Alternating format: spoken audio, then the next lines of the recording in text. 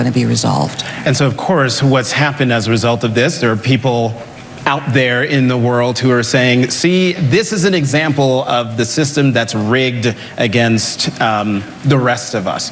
And you just said that that this whole incident has been painful, is one of the words you use. What would you say to the American people who believe that, yes, indeed, this is an example of Washington rigged against them? You know, I think that people have a whole host of reasons to have questions about how we in government do our business and how we handle business and how we handle matters. And I think that, again, I understand that my meeting on the plane with former President Clinton could give them another reason to have questions and concerns also. And that is something and that's why I said it's painful to me, because the integrity of the Department of Justice is important. And what I would say to people is to look at the work that we do.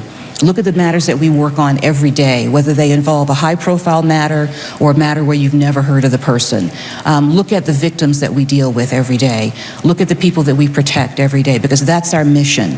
And to the extent that this issue has overshadowed that mission, yes, that's painful to me.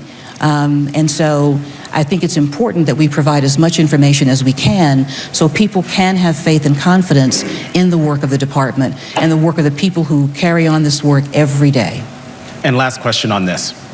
So when might we expect your acceptance of these findings and determinations?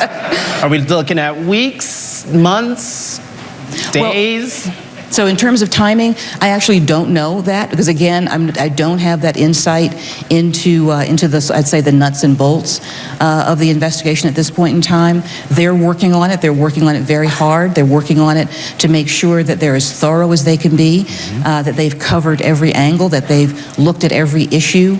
They're doing the work that the people in the Department of Justice do every single day. And I could not be more proud of that work, and I could not be more proud to present that work to the American people when this matter is resolved and we can let people know the conclusion to this investigation. Moving on,